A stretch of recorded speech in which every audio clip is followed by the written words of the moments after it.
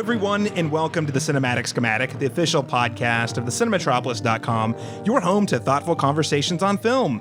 I'm your host, Caleb Masters, and today we are taking a stab at one of the most iconic horror franchises to come out in the 90s. That's right, ladies and gentlemen, we're talking about Robert Rodriguez's Stab. Have you ever heard of it? No, I'm just joking. Today, we're doing a retrospective on the first 4 Scream films as a way to sort of celebrate LaRon Chapman's birthday. We'll get into that. We're celebrating his birthday with a retrospective of one of his very favorite film series, just in time for the release of Scream 2022, also known as Scream 5, also known as 5 Cream. Yes, exactly. Thank you, Brock. 5 Cream. So we'll be taking a look at each individual Scream film before ranking our order of the first 4 films, and then discussing whether or not we think there's still some life left in good old Ghostface's games. As a part 2 of this conversation, we will be reviewing Scream 2022 in a separate episode that we'll be posting next week. Joining me and answering the always ominous call of what's your favorite scary movie? First up, LaRon Chapman, award-winning Oklahoma filmmaker, Scream superfan, and birthday superstar. LaRon Chapman, welcome to the show. Happy birthday, in that order. Thank you. In that order. So happy to have you on the show. So happy to celebrate another year in the life of LaRon Chapman. So happy to celebrate more Scream films. Absolutely. Also joining us from Planet Thunder Productions, one of our co-founders here at the Cinematropolis, and most recently, first-time director of the film Hell Hath No Fury, Zachary Burns. Welcome back to the Cinematic Schematic. Hey. Glad to be back. Also noteworthy, the only person at this table who has not seen all of these films up until the last 2 weeks, correct? Correct. About a week and a half ago, I had not seen any Scream movies, and I have now seen all of the Scream movies. Excellent. I'm so sorry for this insufferable conversation you're about to have with all of us. And last, but certainly not least, I'm so excited to welcome back my friend, the Brockness monster of graphic designers, returning to us as first time since the F9 review, Brock Lay. Brock, welcome back. Thank you. Happy to be back.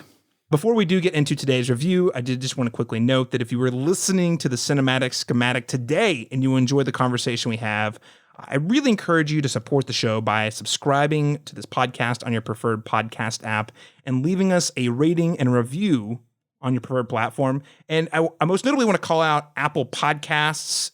You can leave us a rating and a review. Leaving us those will help us get discovered by more listeners just like yourself. And very recently, as of December of 2021, you're actually able to give us feedback via the Spotify app. So please help us be one of the early trendsetters who gets lots and lots of reviews, or we'll be calling you, asking you, what's your favorite podcast? If it wasn't obvious, we are going to be getting into spoilers for each of the Scream films. So that's Scream 1, Scream 2, Scream 3, and what follows Scream 3, Scream 4. So if you haven't seen the Scream films, firstly, just go and watch them all. Bias is on the table. Go watch them all. And then come back and listen. But we're going to be spoiling these movies, and there are lots of treats and surprises around every corner of these films, so you definitely want to protect yourself if you somehow, up to this point, aren't familiar with the films. With that said, let's go ahead and start with our icebreaker questions, just so listeners can get a feel from each of our perspectives here. If we were going to remove these Scream films from the pool, what would you say is your favorite scary movie? And LaRon Chapman, I'm starting with you because it's your birthday. Oh, man. Or birthday podcast. Yeah, sure. I had to think about this because I think probably the scariest movie I've ever seen that stuck with me the longest is probably the original Halloween. I think a close second would probably be William Friedkin's The Exorcist. But I think Halloween has had the longest impact on me, especially since there were subsequent sequels even recently, and there's even one coming out later this year. So I would say Halloween is my favorite scary film, scary movie. And what about it would you say is really what makes it so scary? It's just like a masterclass in building suspense, and it's not about gore. It's not about, which I think some of the sequels were, and a lot of horror films have kind of become riddled with. It was just about, the ominous presence of evil, kind of lingering And, I felt like they did a great job of, in a way, it's kind of like Jaws, just like, in a small town, except it happens to be a maniac behind a white mask and a butcher knife. So I found that it works in the same way that Jaws does. It's this kind of spellbinding, lesson in how to generate tension.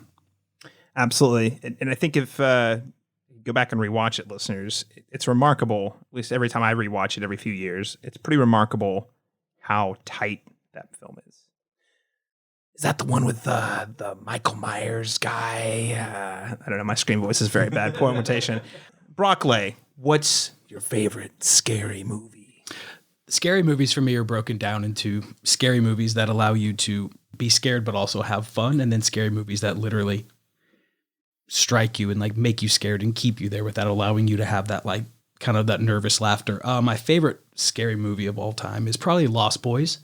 I saw it when I was around legitimately 2 years old, and that's kind of what started it for me. I was a child of the 80s, so my parents didn't really censor what I watched that much. So Lost Boys was one of my babysitters. My parents would set me in front of the TV and put it on, and I would sit there for the entirety of the movie and just be scared out of my mind, but also just love everything on screen. It was just so 80s. You had the Coreys, you had a shirtless dude oiled up playing the saxophone. It was just I remember that. Yes, it was just a lot of fun as a movie, and the tension in the movie stayed with me. Like anytime the Nook is tied up and Sam's going out to get his dog, like literally you still think the dog and Sam are going to get caught by the vampires as they're coming in for that final battle. But actual being scared, I will say recently I saw Hell House LLC, found footage film where they create a haunted house and they're filming it with camcorders to like do like a trailer so they can market it for have people to come.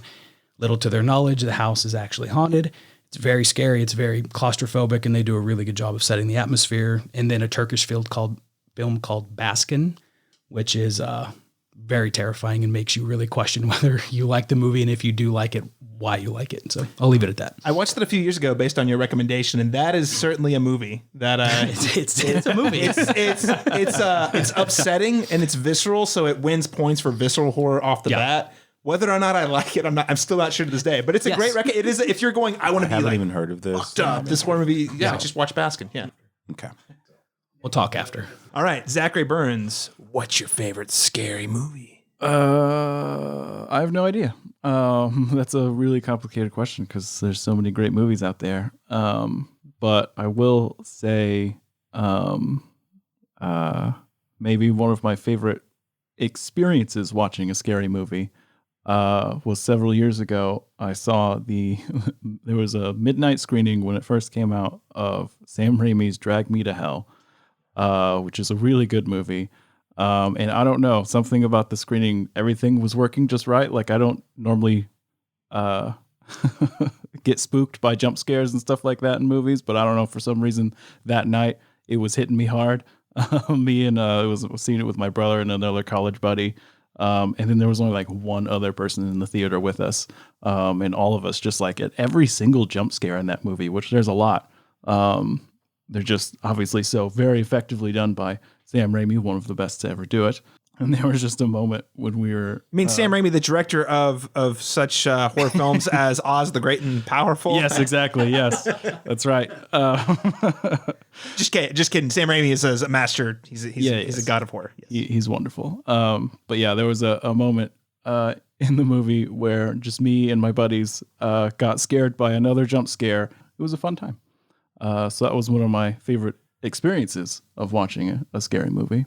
For a PG-13 movie, it's legitimately terrifying. Tense. Yeah, it's pretty tense. Yeah, for sure. It's got its moments for sure. It's really funny, but it's also there's a lot of jump scares packed in there for sure. It handles its tension very well. And then the ending. Yeah. Oh man, love it. Should have saw it coming, but damn, really still didn't. Yeah, but still didn't. Oof, so good. So I will have to say I'm more of a fan of the elevated horror genre.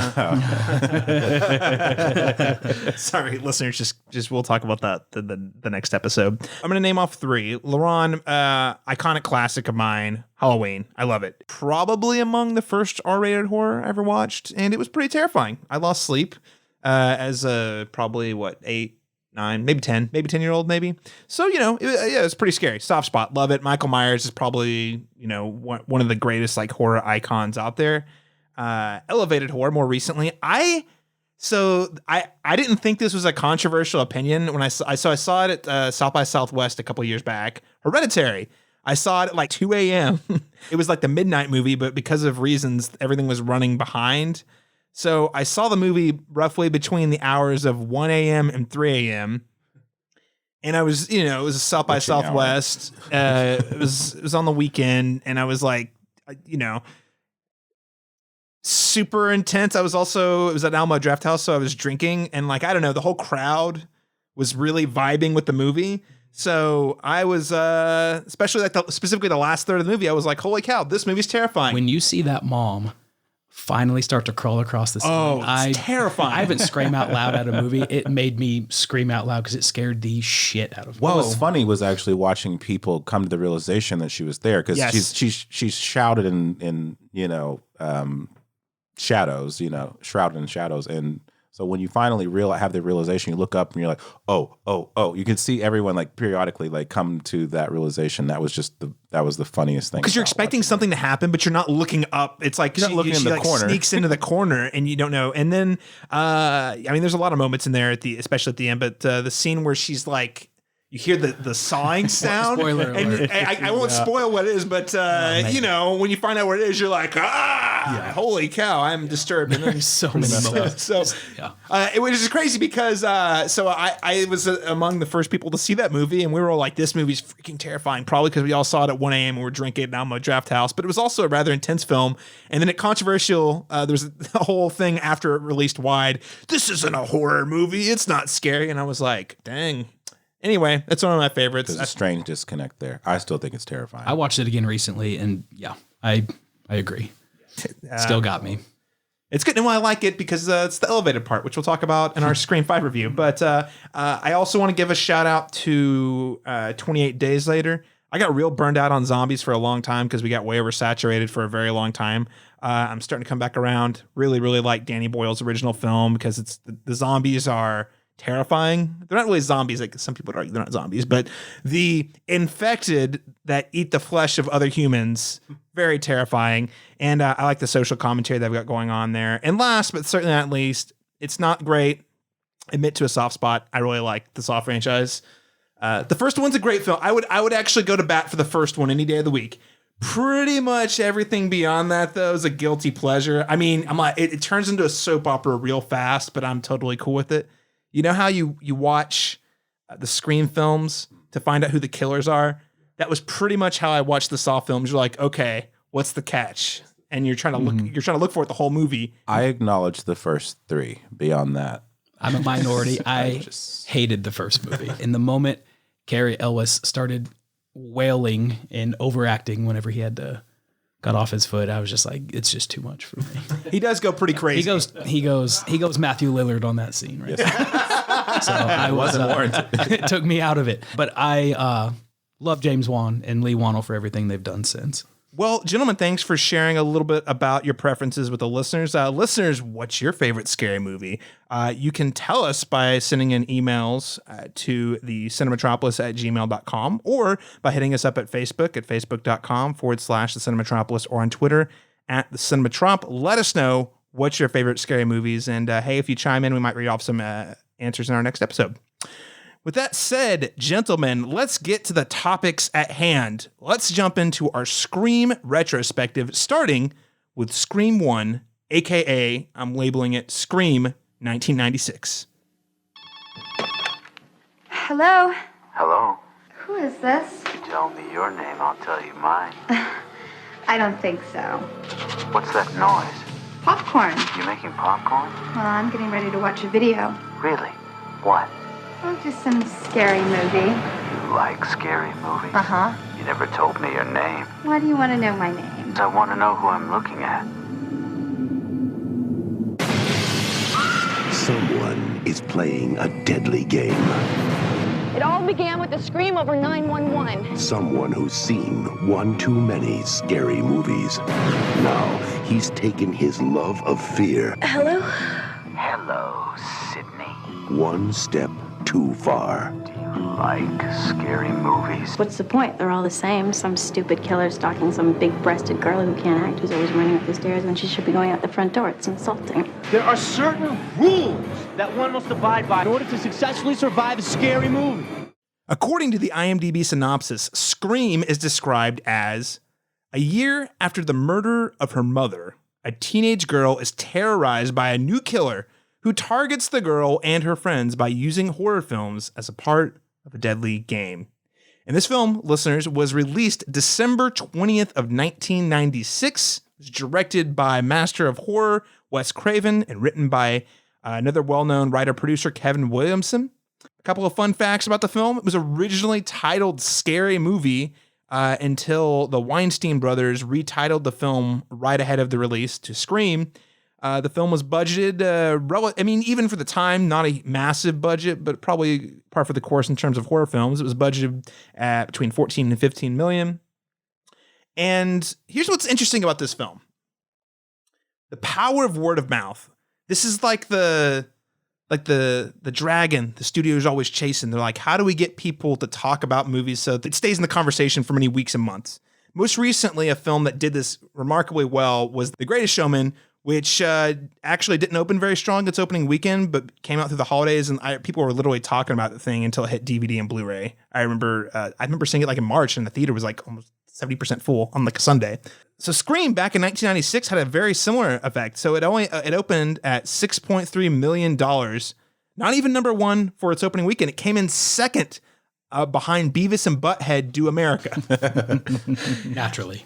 Making only $6.3 million in its opening weekend, it went on to gross $103 million domestically and $173 million worldwide. For those of you who aren't as familiar with like how the box office works, typically most films, there's a huge just turnout on opening weekend, and then like 50 to 60% of that turnout disappears in the second weekend, and so on and so forth. So it's diminishing returns very quickly. This film really went beyond that. I also think it's interesting that it came out in December, right before Christmas, and managed to be a powerhouse throughout the year.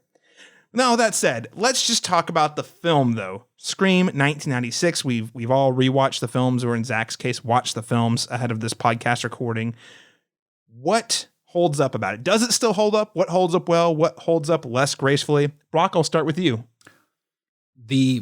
What still holds up well is the thing that set it apart from everything before it, which is the opening, 12 to 15 minutes of thinking this entire time that Drew Barrymore is the star of the movie. Marketed on the poster. She had first billing on the poster. She was the star of the movie. And in the first 12 minutes, she gets stabbed to death. And then you're left wondering, where do we go from here?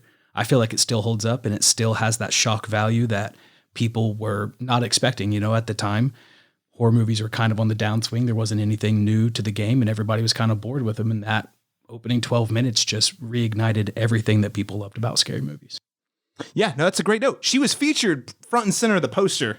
Yeah. I mean, this was like Ned Stark on spoilers for Game of Thrones. This was Ned Stark in Game of Thrones. Ned Stark in Game of Thrones, but done like 15 years before then. It's just remarkable. I think it's a super awesome opening sequence, and you hit on one of the things that's really iconic about the series is they always start with the cold, like that cold open. There's always the kind of the core rules, which we reiterate on in every movie, and there's always the big reveal at the end. But that opening is really important. That first impression is like one of the defining moments right out the gate, and it was scary.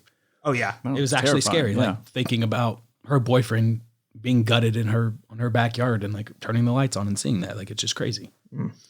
Yeah, LeBron, turn to you. That was definitely one of them. I would say that the opening scene is terrifying, and I think that. Again, going back to saying that, Drew Barrymore was the hot star at the time, so you would have they're banking on her selling the film. I found that really interesting also that it harkens back to Psycho, and that's basically what they're paying homage to here.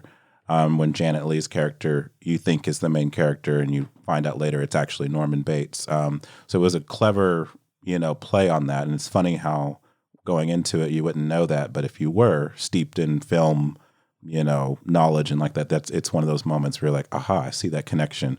I thought that was really clever and terrifying. But also, I think what really works is the general concept of Scream that I like. The unveiling, the whodunit aspect of it, I think is fun in each one, because what's terrifying about it that is different from other horror films that came prior is that anyone could be behind that mask, versus like we know Michael Myers is behind the mask. We know who Freddy Krueger is. Each time it's someone different. So there's that element of investment that we have in the story, to try and figure out who it is this time and what their motive would be. And, so that it keeps us engaged throughout in a way that I don't think horror films prior to had the same, intrigue. Finally, I think like one thing that sets Scream apart from other horror movies prior is the strong characterization. We never cared about you think of the Jason films, you think of the other, we're not really invested in the characters because they're normally pretty thinly drawn. They're normally doing stupid things. We don't really care. They're just there to be hacked off. We're there to watch them get murdered. Here, they've actually taken the time to make sure that each of these characters has dimension, and which is why I think we keep coming to these films, even as some of them have diminishing results, because we care about the characters. We're invested in the people that they've established, and they're fun, and they're likable, and they're relatable, and they are people who have actually watched horror movies. So I found that those are the things that kind of stand up with the Scream film. Yeah, and I think something related to that characterization is just sort of this whole reality they create with the world. And the reason I mention this is because for the time, these films were especially gruesome and brutal and gory. I mean, I know now it seems like just any other, actually probably pretty tame comparative to most horror films, but at the time it was extra bloody and extra violent, but not like in a fun over the top way. Like when people get stabbed, it's really supposed to feel it. And I think the goal they were trying to set it is this is the real world. This isn't some Jason Voorhees serial killer where they're all just going to get like chopped up really, all hunky dory like most Jason and Michael Myers films. Someone That's the part that's scary. It's always someone you know. It's not some stranger. It's somebody who's studied you meticulously. So that's another thing that's scary. Mm-hmm. Yeah, it kind of again, I think setting it in a very personal way that most people can relate to. Everyone's got a friend group in high school, right? Like, how well do you really know these people? I don't know. Zach, you're the outsider here. You have not seen this film that has been raved about for decades at this point. Yeah. What was your take on Scream? Well, I gotta say, freaking loved it. It's super good. I'd say it really holds up. Obviously, this was my first time seeing it, but even then, like, I've known for, 20 years or so now that Drew Barrymore dies at the very beginning of the movie. But even watching it now, knowing that, it was still just like an expertly crafted scene. And still, I was still shocked by how brutal it was, her death. It's not even that she has a unnerving conversation on the phone with Ghostface. We bring in that her boyfriend is outside on the back porch, which I didn't know about that. And he's not just killed, he's gutted and his guts are sticking out of his body. And then she is going to run away. And then it's not just that she was stabbed. She is slowly and brutally murdered at the beginning. And her parents are just arriving home. Like, just that element of her parents are right there so close adds this extra like psychological brutalness that I think makes it even more shocking. It makes you feel it even harder, her death. And then they of course open the door and see her hanging from a tree with her guts sticking out. It's just all those extra elements of just how brutal it was, physically and psychologically. Just kind of still was like, oh damn, this movie's not playing around. Coming at it 25 years late, it's still that scene is just awesome. And then the whole movie as a whole is just so well put together and so well crafted. And that, comes from, Wes Craven, who had been in the business for decades at that point and knew how to make a tense movie. And it really definitely shows. While also, not being afraid to have fun with it. Another thing, like looking around, just seeing like Laron's little care package that he gave to Caleb on his birthday that was Scream themed. You just see all these stickers of the killer. And the one thing that has held up well, you have created something that strikes a chord and goes down in history whenever Ghostface mask is up there with the hockey mask. It's up there with Michael Myers mask. Like, it is probably still a top seller at Halloween 25 years later because of, it goes with simplicity. Like, it's a simple mask. It's a ghost screaming, and still seeing it still is like, that is a scary mask. Like, I don't know, that I think that still holds up well in the fact that, like, all these years later, like, people know instantly what that is, and it still has that, like, nerve factor to it.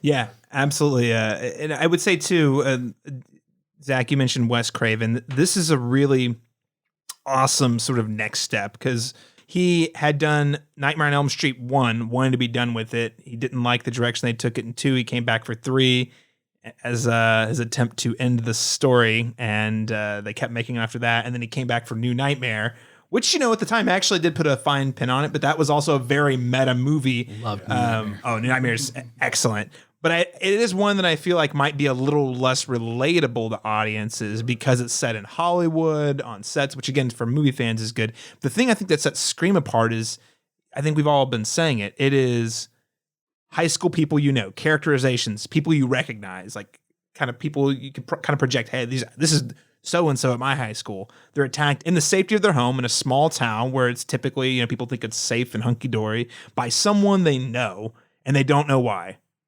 Pretty terrifying. Simple concept. I also think the whodunit aspect works out remarkably well. One thing that I just find hilarious about all of these movies, but this one in particular, is if you rewatch it, usually there's one, maybe 2 key scenes. Usually it's one key scene where they basically tell you everything if you know what you're looking for. The video store scene, Randy tells you, Billy Loomis is the killer. You might be working with him. I'm the obvious suspect, but is it, you really think it's me? You know what I mean? Like he lays out the rule, like some of the rules, and then he like describes the movie. And Billy is extra creepy in the scene where and he's like, "You're telling me that's not a killer?" Yeah. So, and again, Jamie Kennedy, Neve Campbell, David Arquette, Courtney Cox, all-star cast. I don't have much more to add than what has all been said, but just a few things that stick out to me. I think this film's a masterpiece. And I'll just say it. I know those are big words, but I think this film actually holds up 25 years later better than a lot of other 25-year-old horror films.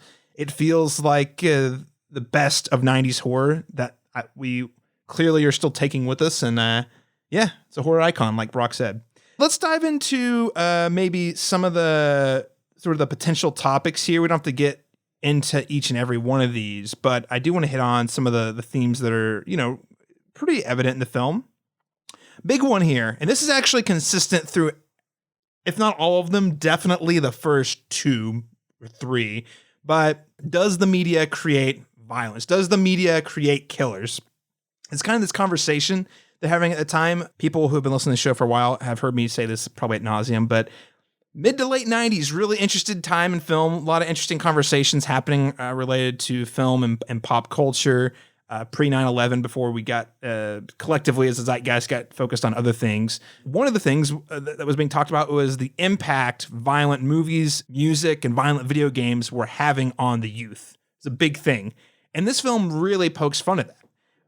In fact, I think one of the killers even says, I can't remember if it was Billy or Stewie, but they says, the killers just make the movies just make killers more creative, So I don't know. I just wanted to kind of pose that question here because I actually don't think, I think the conversation is much different now. Now we're talking about how Facebook is rotting people's brains. What do you guys make of this sort of kind of question that's explored throughout the film? And do you think this is something that still resonates well, or do you think it's a little dated at this point? LaRon? I think that it was kind of the reefer madness conversation at the time, where the stigmatization of violence in the media. But I do think there's some element of truth to, being desensitized to seeing so much violence.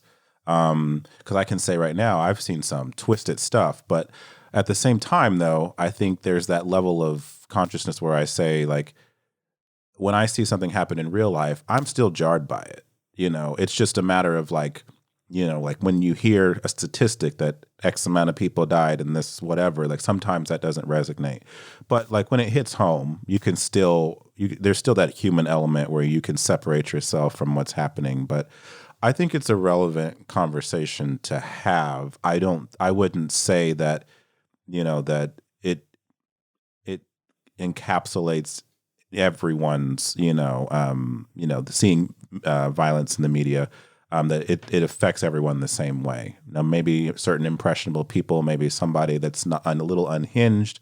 Again, I think that his statement about like it makes them more creative, it's like that's already in that person, but this gives them maybe a blueprint for how to, express it in a different way. But, that's my take.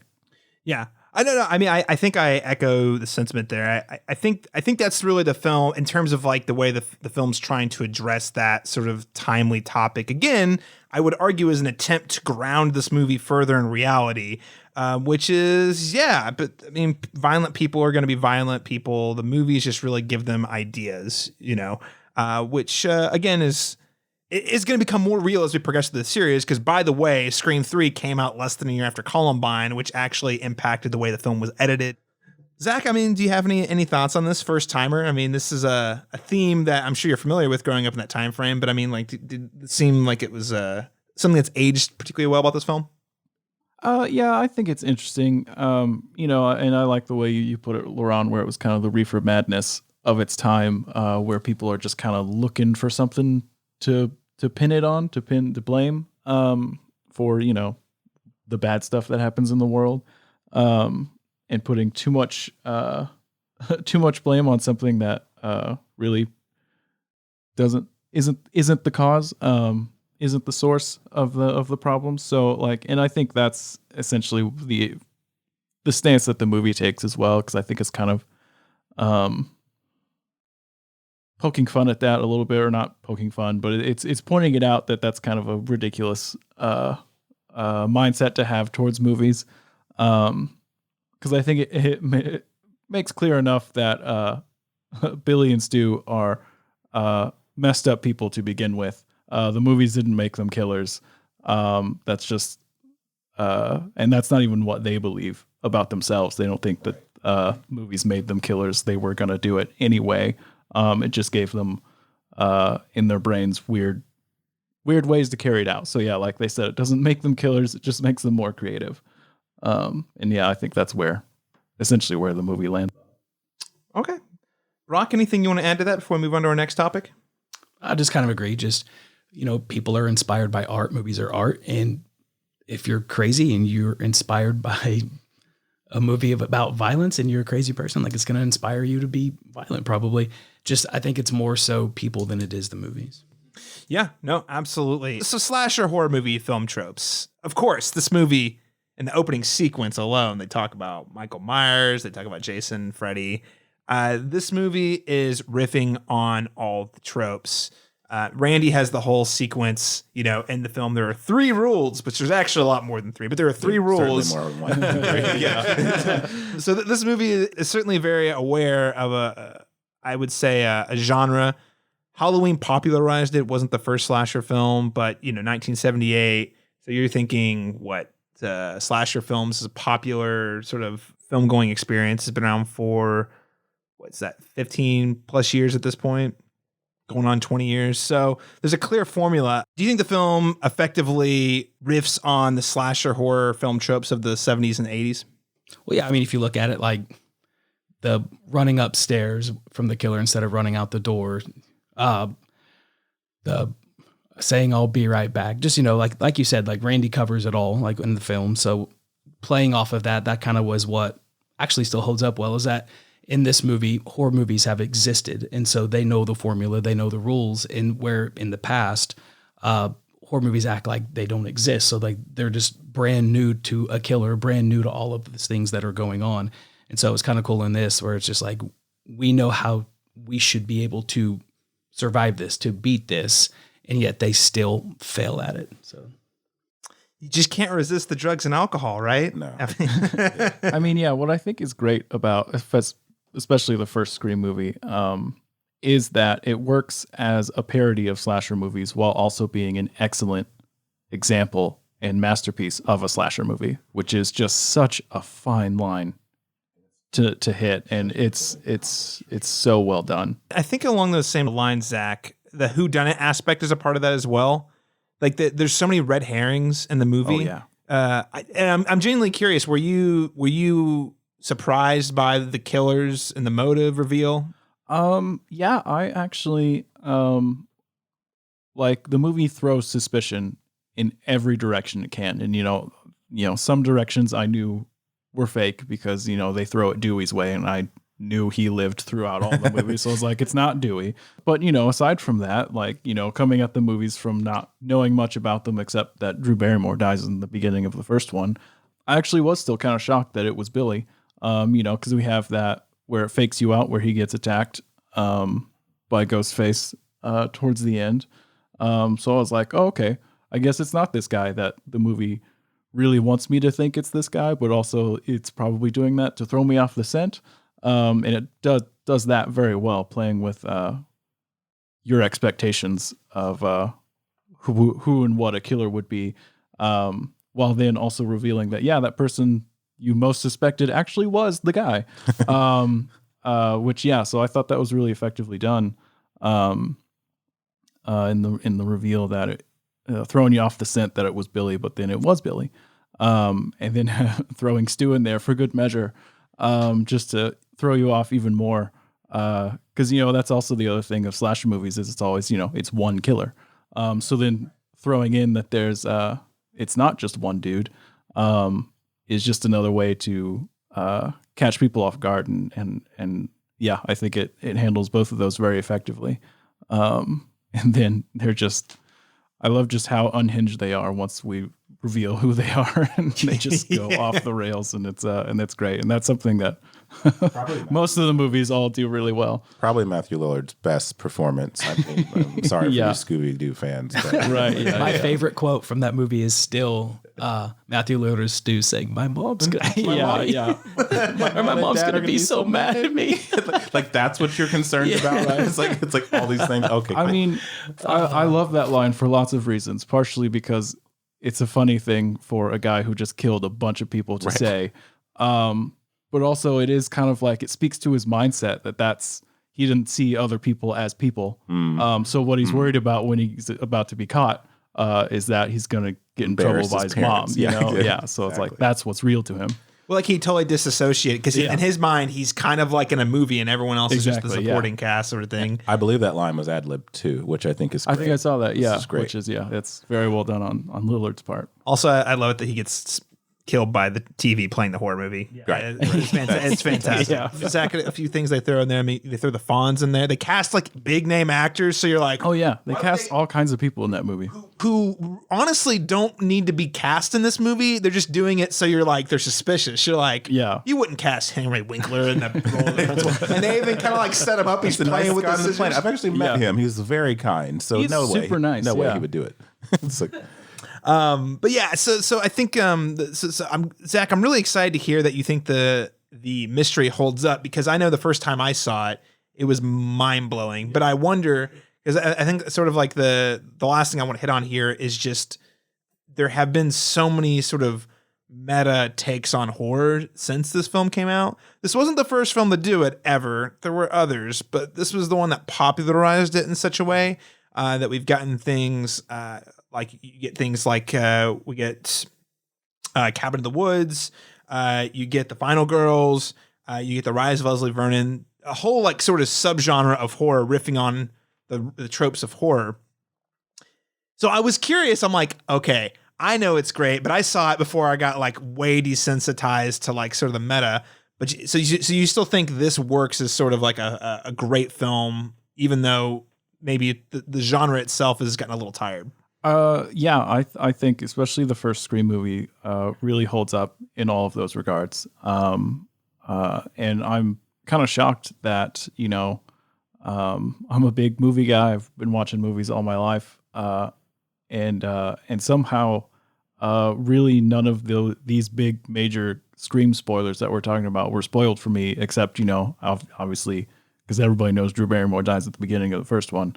But really outside of that, I didn't know anything about these movies, except, Drew Barrymore and the phone call bit.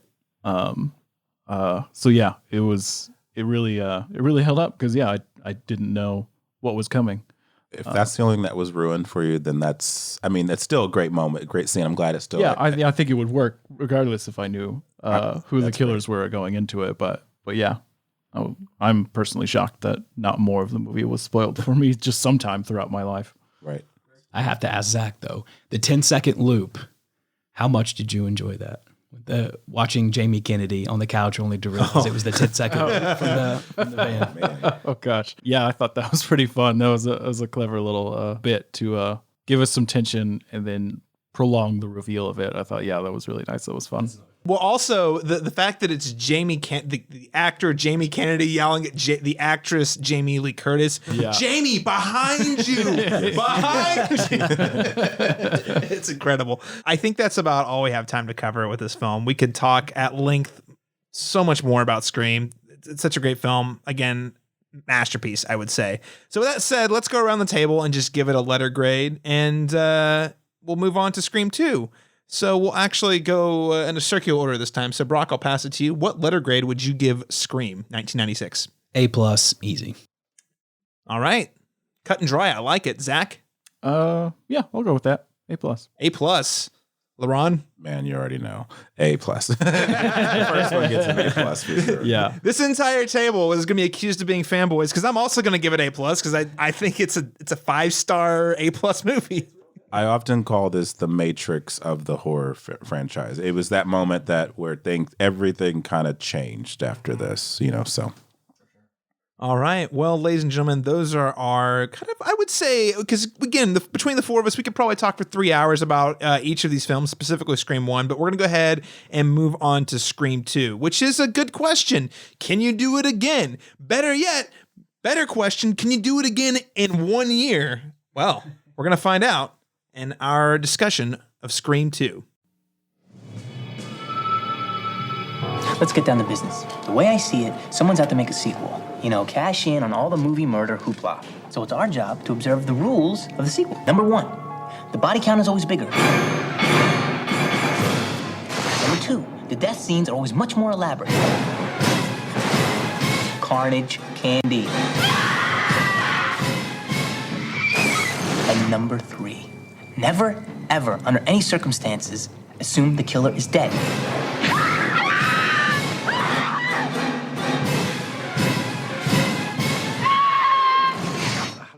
According to the IMDb synopsis, Scream 2 is described as 2 years after the first series of murders, as Sidney acclimates to college life, someone donning the ghost face costume begins a new string of killings.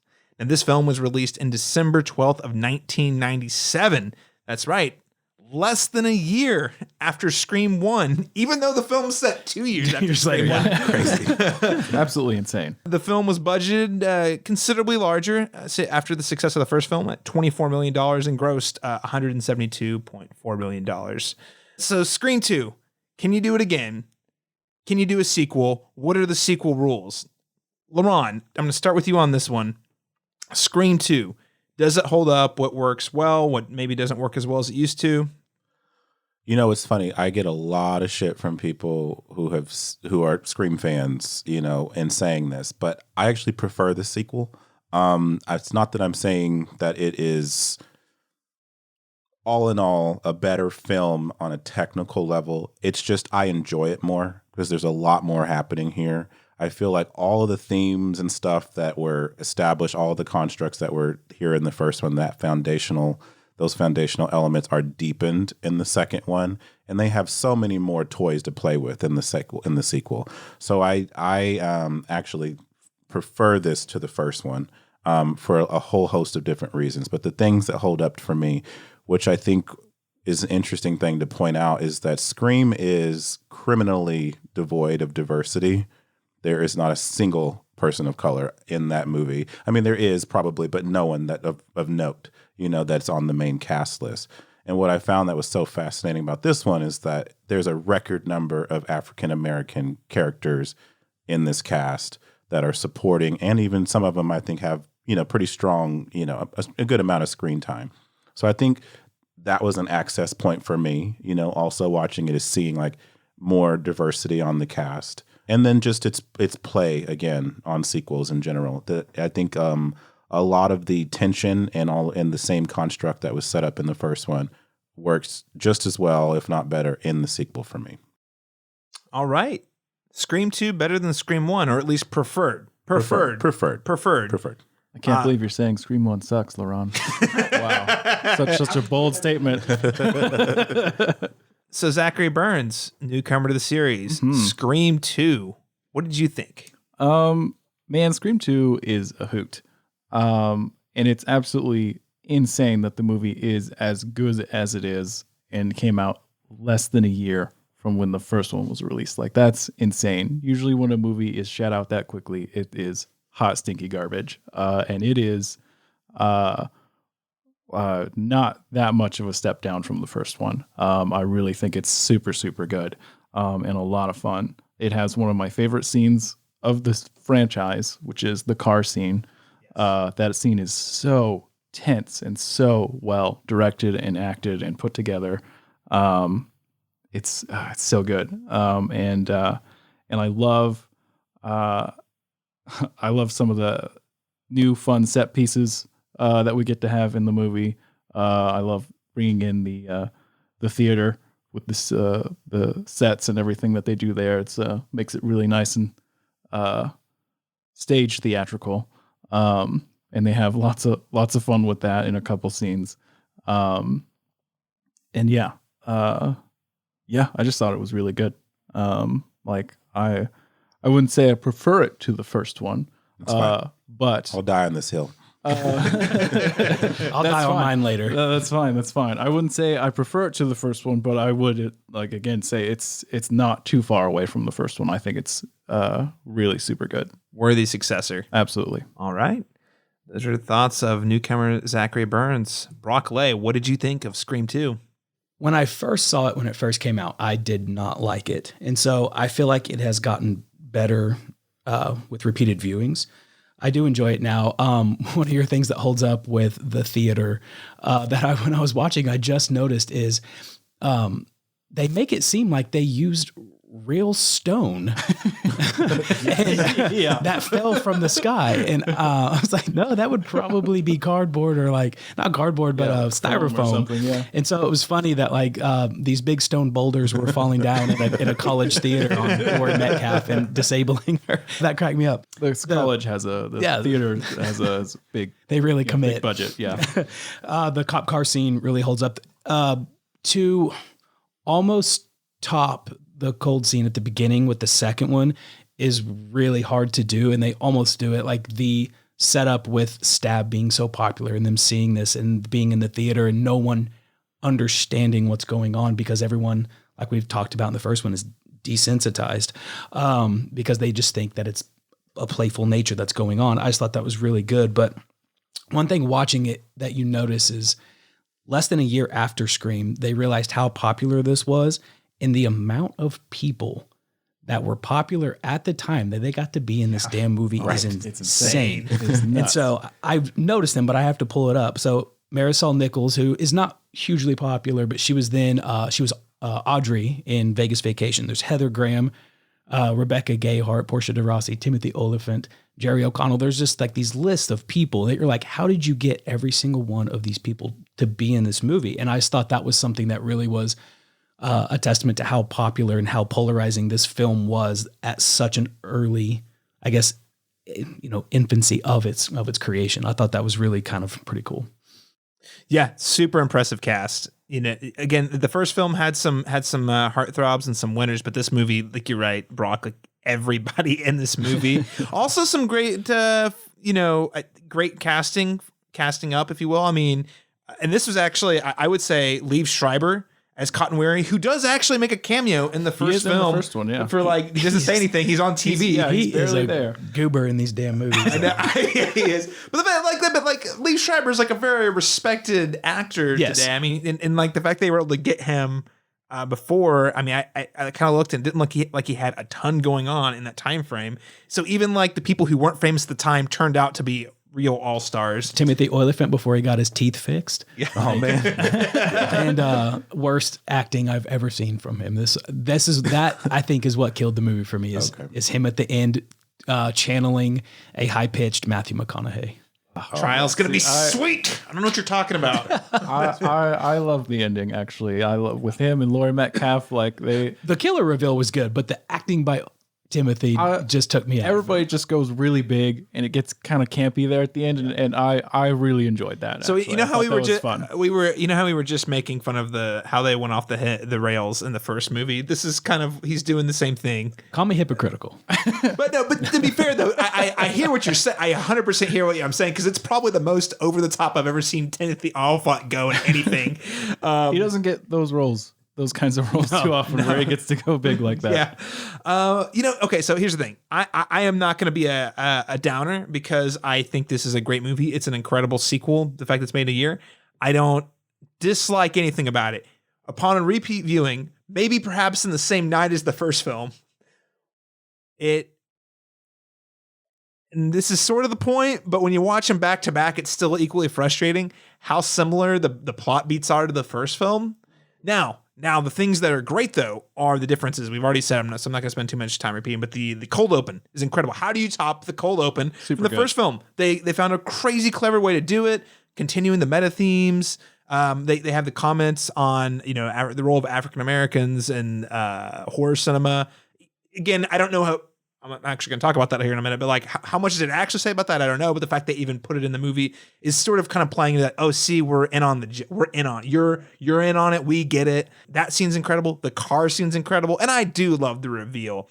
It's all the stuff in between that I'm like, yeah, the college setting's kind of fun, but I don't get it nearly as attached to the friend group as I do in the first film. I really wish I could recall my first time watching this, because I feel like Timothy Olyphant is super obviously the killer. Zach, I'm going to turn to you here in a second. But like every time I rewatched it, I was like, I don't remember. Laurie Metcalf, of course, was a shock. But like, I don't remember exactly what my reaction was to him. But every time I watch him, I'm like, this is super obvious. In fact, it reminds me, I had a friend in college. I showed all of them. His name's Daniel Stoll, for any of you who've listened to my Game of Thrones podcast. I showed him all the films the first time.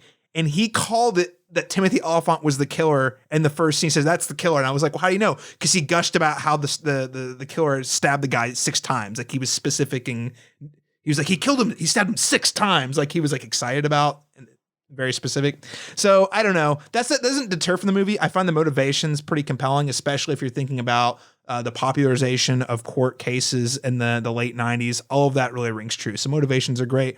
I think the thing that just really keeps it from meeting on the level isn't that it's bad, because what it says about sequels is accurate, but also the things that annoy me the most about sequels is still here. That doesn't mean it's not a good movie though, because it's sort of doing the same thing. And I think this is a common thing that happens throughout this series where you're like, I love it. The things I love about it are the kind of the fun, new, playful things, where the things that drive me crazier when they're having to cling towards the same tropes they're sort of riffing on.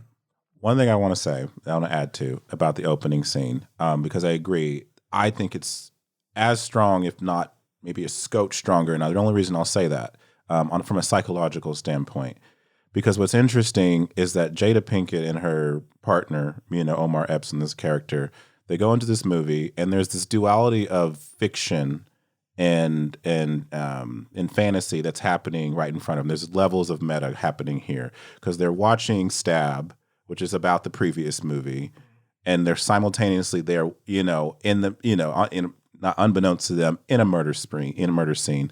And what's interesting is that when she's ultimately attacked, she doesn't want to do it anyway because she already knows how this goes for people of color in most of these films. So she's like, it doesn't seem enjoyable to me. When he returns and he attacks her, there's this level of poetic tragedy.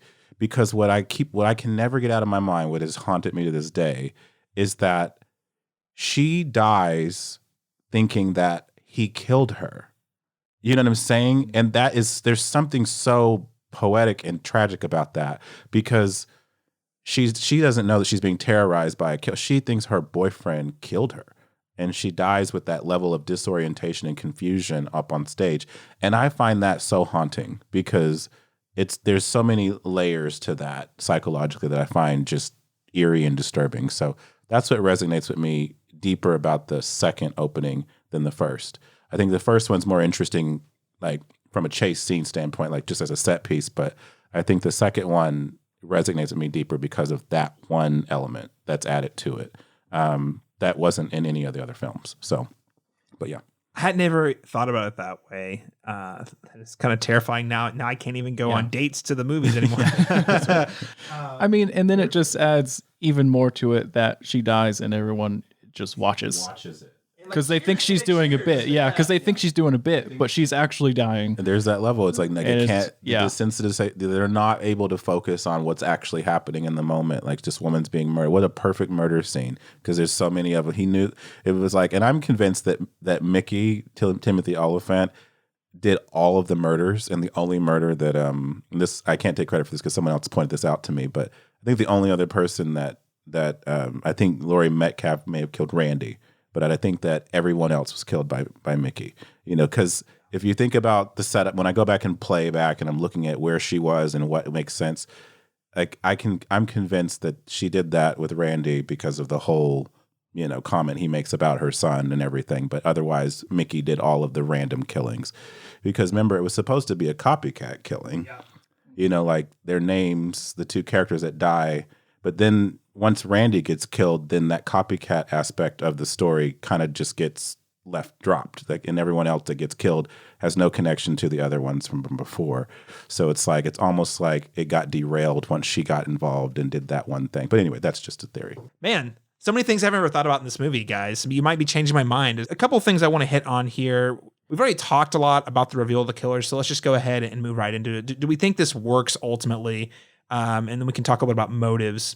Because I should also remind you that similar to the first one, they've thrown a lot of red herrings. And I already mentioned, the inclusion of Cotton Weary, Liev Schreiber's character, huge red herring because he's got this vendetta. He's kind of putting on this. He has motive that we can be like, okay, well, that would make sense. Yeah, exactly. But we're back in college. Boyfriend seems a little too nice, too understanding. There's a lot of the same vibe. Whodunit, everyone's a suspect. But at the end of the day, we get Timothy Oliphant, who is obsessed with becoming famous. Another theme that's going to run pretty clear throughout these films is becoming, using murders to become famous. Him wanting to do it via being in a very publicly televised court case about essentially how the movies made him a violent killer, which is just wild. Zach, I'll actually start with you on this. I mean, with the reveal of the killers, was this what was your reaction? Were you surprised by Timothy Oliphant? Did you figure it out? I was actually a little surprised of Timothy Oliphant, mostly because I kind of forgot he was in the movie. He disappears for a while. He disappears for a while, so I kind of forgot he's got about some killing him. to do. Yeah, exactly. Yeah, he's very busy. He's got a lot of running to do. I wasn't surprised by Laurie Metcalf because she doesn't have a whole lot to do in the movie, and she just kind of pops up for a scene and annoys Gail. So I was like, okay, she's probably one of the killers. Posing as a reporter. Well, you didn't know her motive. You just I didn't know her motive, but I was like, probably, she's pretty high on my list of who's probably one of the killers. And then I was delighted when it turned out to be her, because then she got to go crazy, and it was crazy. A great performance. But yeah, I enjoyed who the two killers were, and once the reveal happens, they got to, like the first one, just kind of go unhinged for a little bit, which is just always a delight. And then being in a in a theater auditorium with these awesome sets, Shakespearean sets, and all the fun that they got to have with that for that final set piece was just it was a lot of fun. Yeah. All right. Good deal. So the newcomer here says Scream 2 reveals surprising and kind of fun. Brock, does this still work for you? Yeah, it does. I enjoyed the motive on Laurie Metcalf's part, trying to avenge her son, and just, you just think about that motherly bond you have with the kid, just like, even though he was legitimately a psychopath and a serial killer, she still loved him and thought that, she needed to avenge what was done to him by targeting, Sydney. And I think that's good.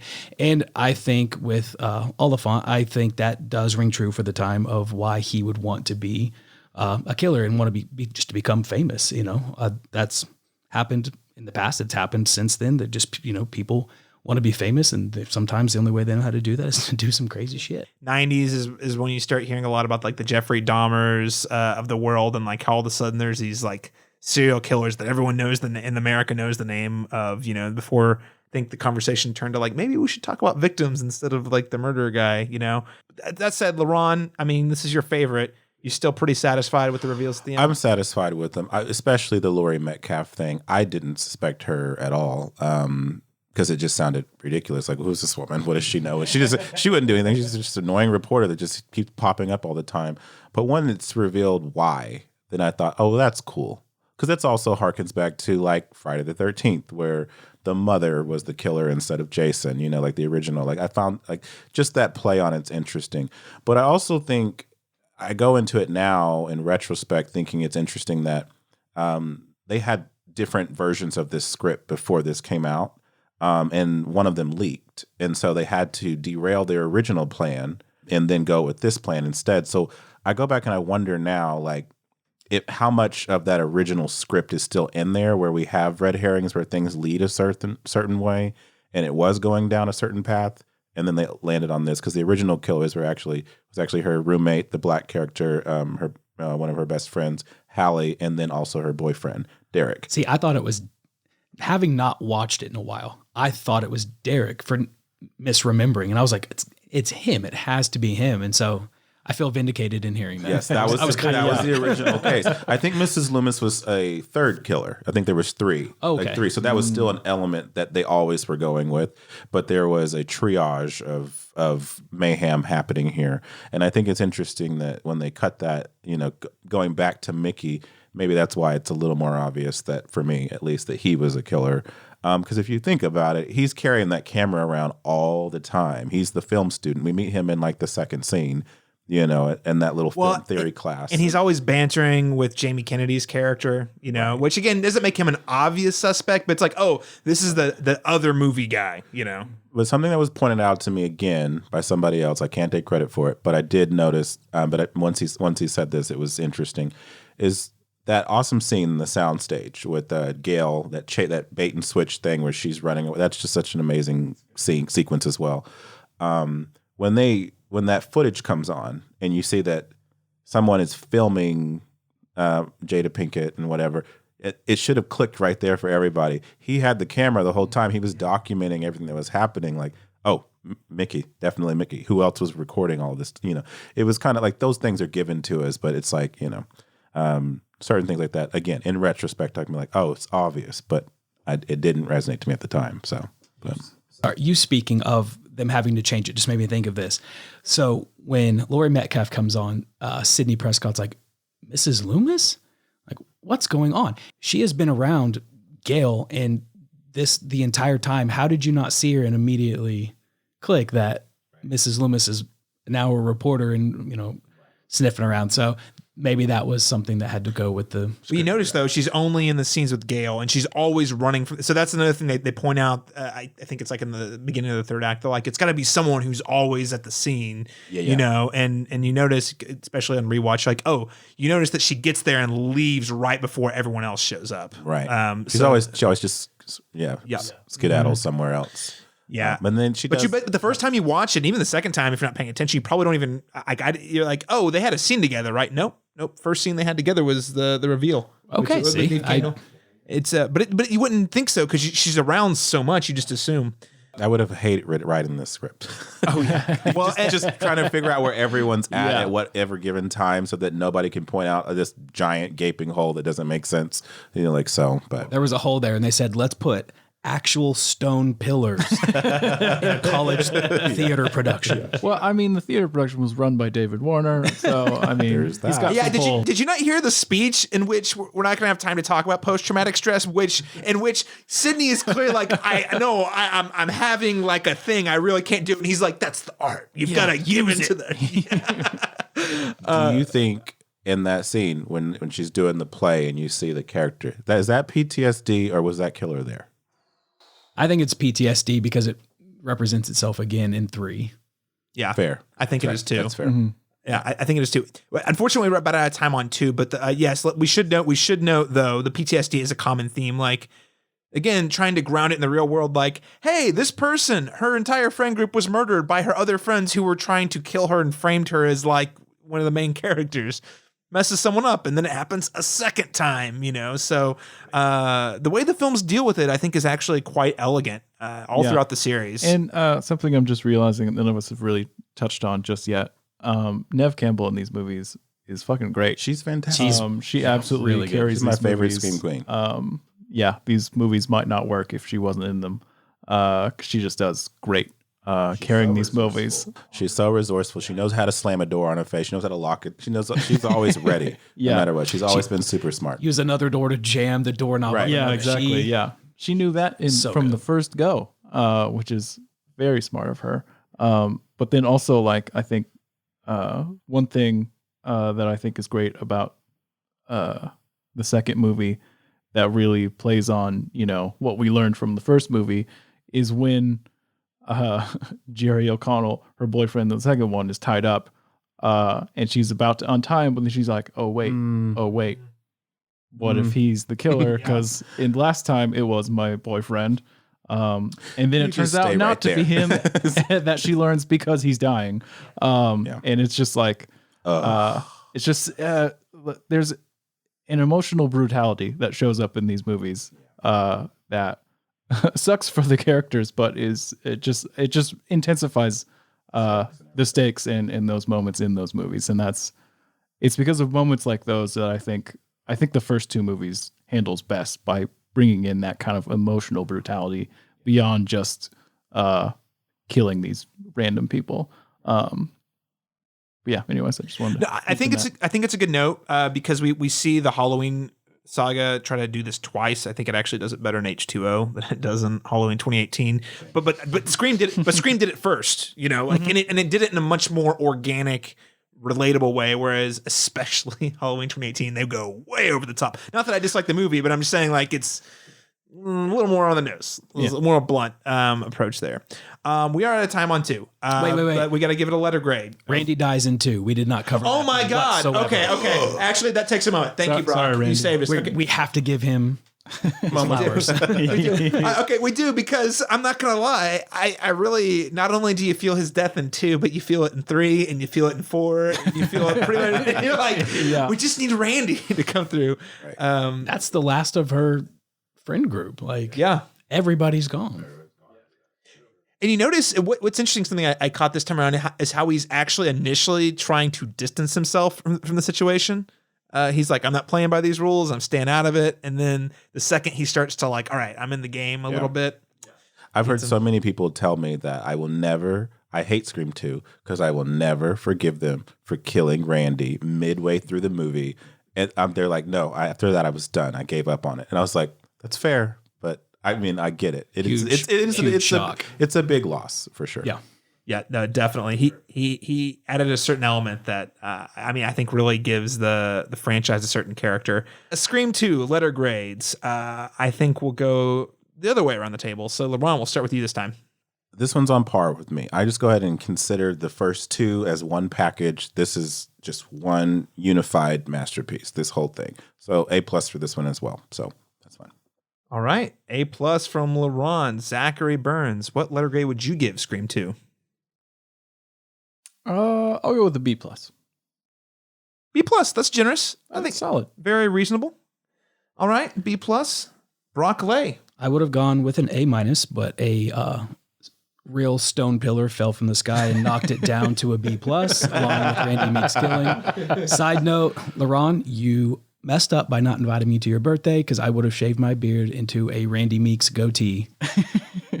He does have the beard. Listen, Scream 6 is coming out soon, I'm sure. We can sure it'll happen. All right. I feel like I'm the downer here, because I want to acknowledge that I think this is a truly one of the better horror sequels ever made. And also, it's a feat that it was done in a year. I just don't like it as much as I like the first one, and unfortunately feels very similar. So I'm going to give it a B. But it's still really good. All right. Well, let's find out what happens when we riff on trilogies.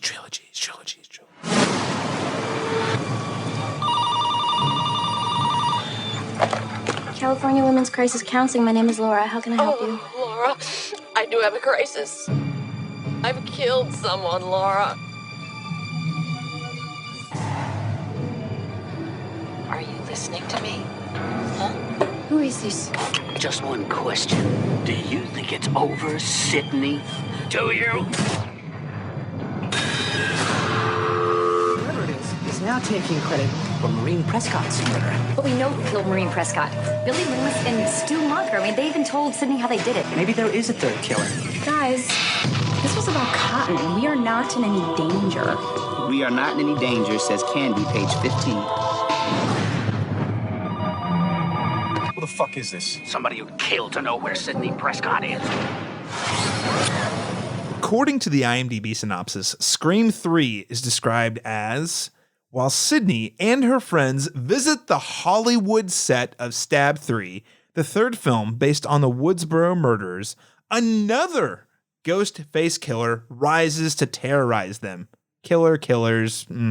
This film was released on February 3rd of 2000, so 3 years after Scream 2. It was budgeted at $40 million and grossed $161.8 million. And I noted this earlier, but I just want to call it out because I do think it's somewhat relevant to the relationships these films have with the real world and vice versa. The first two films, which talked a whole lot about the impacts of violence in the media, then censored itself on Scream 3 because it came out less than a year after the Columbine High School shooting, which took place in the spring of 1999. I would also say that Scream 3 has long been sort of branded the worst entry in the series. It has a 41% on Rotten Tomatoes. 40% drop. Yeah, I know. Like, compared to all of them, not even it's like warm weather versus like it's frigid. Oklahoma cold front came through for it. It is also the only film in the Scream saga up until Scream 5 that was not written by Kevin Williamson. Kevin Williamson. And you feel that. You do.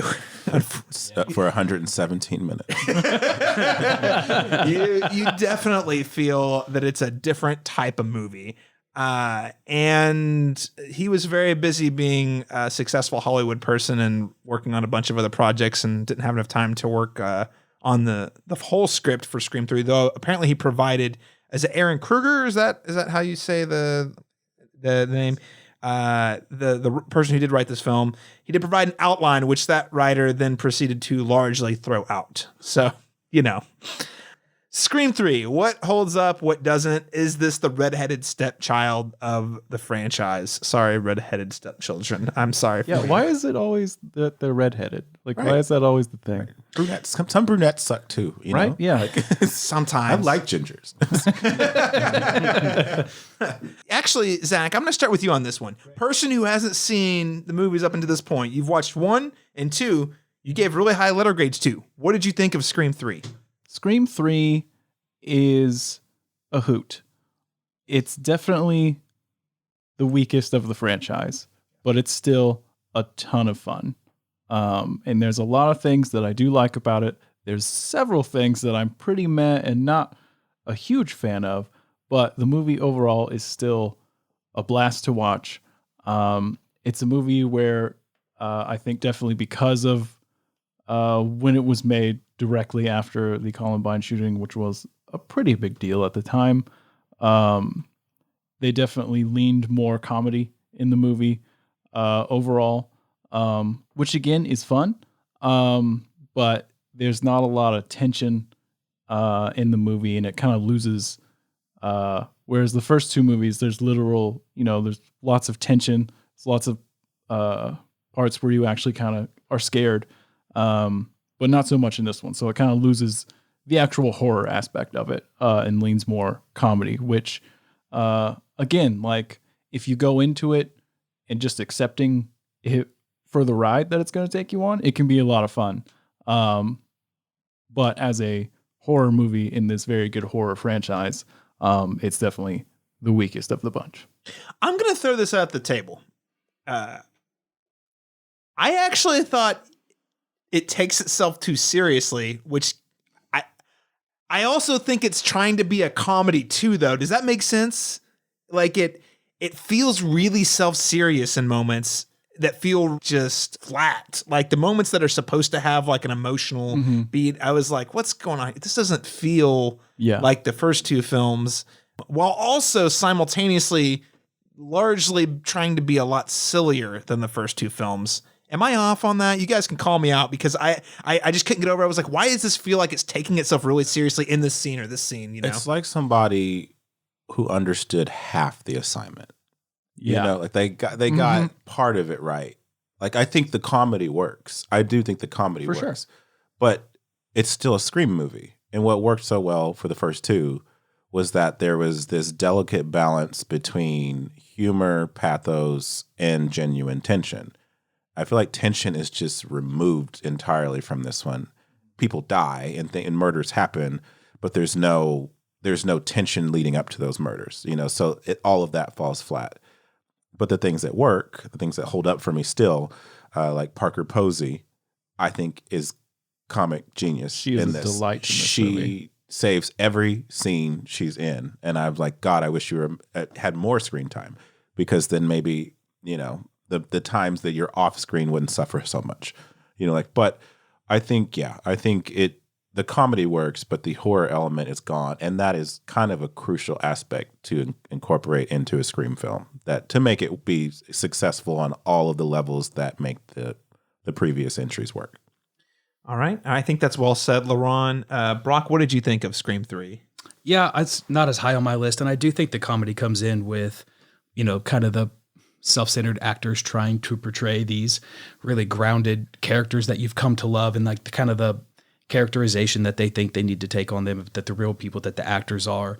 One thing that that I've noticed is how much smarter Ghostface has gotten in this one by setting traps. Like with it's just, there's there's actual scenes of death without him committing the murder with the knife. Like the character of the Tom Prince he's the one who smells gas first. A theme you notice in it is people answering the damn phone that doesn't belong to them.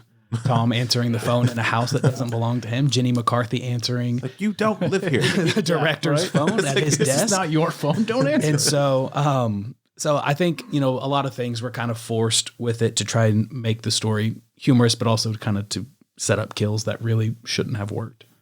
Rest in peace, Cotton Weary. He had the longest intro, by the way. I think this is like a 10-minute long intro scene. And listen, I want to watch 100% Cotton just like anyone else. We all do. We all want to watch that. That is a brilliant title for your talk show. I honestly feel that his brief inclusion in the third film really justifies what he's doing in the second one. Yes, sure. Agreed. Because in the second one, you're like, is he the killer? Because he's still very kind of aloof and very just kind of jittery and weird. But you realize, I mean, he probably is trying to clear his name. And also he has this like underlying motive of like money. I want to become famous. I need to use this because I have nothing else. So this is what my claim to fame is. And so I kind of enjoyed the opening with him. That was probably one of the best parts of the movie. It's funny because you mentioned that he essentially does what Mickey was trying to do in 2, which is becomes famous off of the Woodsboro murders, you know, in a very different sort of way. I agree. By giving him the death at the beginning of 3, it sort of adds another layer, like you said, Brock. I was also really bummed to see him go, though, because I just love Liev Schreiber, and I think what he brings to the role is a lot of fun. That said, it was a very lengthy, drawn out opening. I think probably the weakest opening of the series. The big saving grace is that it's Liev Schreiber, who I think is just a top caliber performer, but like it's really drawn out. They were trying, like, the twist was, they can change their voice to anyone, which sounds kind of scary, but they don't really utilize it that well throughout the film. So it kind of ends up feeling like a gimmick. This is the most Scooby-Doo. Like, everyone argues that Scream is a like R-rated Scooby-Doo, and that's fair. But like, this is where it's like, but where it's actually an insult and not. Yeah. It's like, it feels too long. I really the killer reveal, just I know what they were trying to do, and it just doesn't land for me in any way. It didn't have the emotional resonance that I think they wanted it to have. I actually disagree with their trilogy rules that they lay out, because I don't feel like it applies to very many trilogies. Like they mentioned like Return to the Jedi. I'm like, yeah, but see the reveal of the extra backstory is in Empire Strikes Back, not Return of the Jedi. That's nitpicky because I feel like the rules they lay out for trilogies in this film are kind of flimsy to begin with. It really just takes the wind out of like sort of the meta thing that we've talked about. That the second one I think did exceptionally well. What I did like though, again, cast is awesome. I love that somehow they all end up out in LA. Dewey ends up being a security guard for the Parker Posey, Gail Weathers actress. It is tons of fun. I love all the entire cast, including the faux movie stars. And while I don't really like the killer reveal, I love the haunted house with all the trap doors and stuff. That's pretty cool. Yeah, exactly. Yeah. It's pretty cool. It's pretty cool. Yeah. Also, great supporting. Lance Hendrickson is the sleazy producer. Awesome casting. Love that they brought him in. There's a line that Lance Hendrickson says in the movie that hits different now than it did back in the day. Some line that's something like, there's a lot of sleazy criminals who are very successful in this town in Hollywood, and these movies are produced by Harvey Weinstein. The Weinsteins. Yeah, that hits differently. That hits different now. The whole backstory, then. right? The whole backstory with Sydney's mother and everything, and this kind of commenting on, you know, the way that certain producers and certain studios have taken advantage of women in films, and it's that resonates so much differently today, knowing who produced it for sure. But also, again, it's like these movies are a social commentary on the current time in which they were made. So, I mean, it's definitely still relevant, even if it's a little cringy now. One could argue that's the way of the filmmakers trying to expose the Weinsteins. You could argue. I tried to tell you in Scream 3, but you were so focused on Gail Weathers' bad bangs that you stopped, you know. That didn't age well either. That didn't. To be fair, those bangs are terrible. They were terrible. I'm not a person who knows things about stuff, but those bangs were terrible. Terrible. You know, the most impactful horror sequences, this is the last thing I'll say about it, like, is the dream sequences that Sydney had of her mother, like haunting, felt very Nightmare on Elm Street. The old school Wes Craven. The first one, when she appears outside the window, that legitimately was like, oh, that's actually really creepy. Yeah, very creepy. Following that theme of trauma that we'd seen in the previous film, she's still haunted by the ghost of her past. Bringing in a new aspect of horror aside from, you know, they're bringing like almost like a supernatural element for sure. Aside from a physical, you know, presence. I did also really like the moment when Sydney gets to Hollywood and then she gets into the house set. That's a perfect recreation of her actual house from the first movie, and she has this weird kind of deja vu moments and like the door trick. I thought I did really like that sequence in the third one for sure. I agree with you about the reveal. I think it's quite a reach. Oh, it's a huge reach. Well, you wonder if Ewan Kruger was like, okay, 2, we did the mom that riffs on Friday the 13th. What if we bring in a brother and riff off Halloween? Like, he was just trying to, I guess, extend that cinematic kind of like, what are we going to riff off now? And so it just felt very awkward. It was just enforced. For me, it felt awkward, flat, and kind of underwhelming. What I do like is that I do like the deepening of Sydney's character's past. That was interesting. The fascinating things, because her mother was an integral part of the first 2. And the idea of her mother being an actress in Hollywood, that she had this whole other life before she made it to Woodsboro. It kind of speaks to the duality that Sydney always had. She's like, no, my mom was a loving, caring mom, but other people told me she was a different story. Had a different, yeah, that was fascinating. Even if the ultimate reveal makes that, you know, kind of flattens it, I do think it does at least establish Sydney's character as more complex and more whatever. So that's the takeaway I get from it, even if the ultimate reveal was meh. Yeah, I mean, okay, yes, I think the word retcon, Brock, you nailed it, because it's not just it's such a reach that you're like, oh, we're having to rewrite. You're not just, revealing something. It's like, you guys made something up and it got slapped on to the original, because I think what they're trying to do is add the backstory, but I think there's the meta commentary they're trying to have is, the reason these movies feel like they're movies is because the guy who started it all is a director. You know, he directs. You know, that's his whole thing. He's not going to be able to make it as a real director in Hollywood, but he can sort of like mastermind all these horror murders. I feel like it actually takes away a little bit from Billy Loomis and sort of the motives that he laid out. That's always the sign of a bad reveal, whenever you feel like the new information you learn actually takes the steam out of the cool things that were already done in previous films. And Roman just, we don't get to know him or care about him enough. He just, I mean, it feels like another Mickey, except for even lazier. Because he's even less interesting than Mickey, like outside, you know, before the murder reveal. He's not like a friend or anybody. He's just some producer, director working on a movie, you know. And this is the first one with one killer, which for some people really liked that. I didn't. I wanted there to be one other aspect of it because I think that would have amplified it. Because if that really was what they were going with and that was his motive, then it would have been cool to have one other element in that moment to kind of give it some added flavor, you know, because it just felt very watered down once he's revealed and his motive. So I think that would have been kind of interesting to have had one other character, whether it was one of the makeshift actors in the film, you know, something like that. But either way, I would have loved to have seen Parker Posey get to go batshit on the reveal. She would have killed that. That said, I did laugh probably the hardest of all the murderers back for one last scare thing whenever he keeps running at them and Dewey just keeps shooting him and she's like, you gotta shoot him in the head. We're about out of time here. Anything else you guys want to add before we give this thing a letter grade and move on to 4? What did you guys think about Randy showing up via videotape? Clever. A clever way to incorporate him into it, but it also reminded me of his absence. Yeah. So it was a feeling both like nostalgia and then bitterness at the same time. So I don't know. But it did introduce his sister, which is very important for future films. So I guess that's bonus points.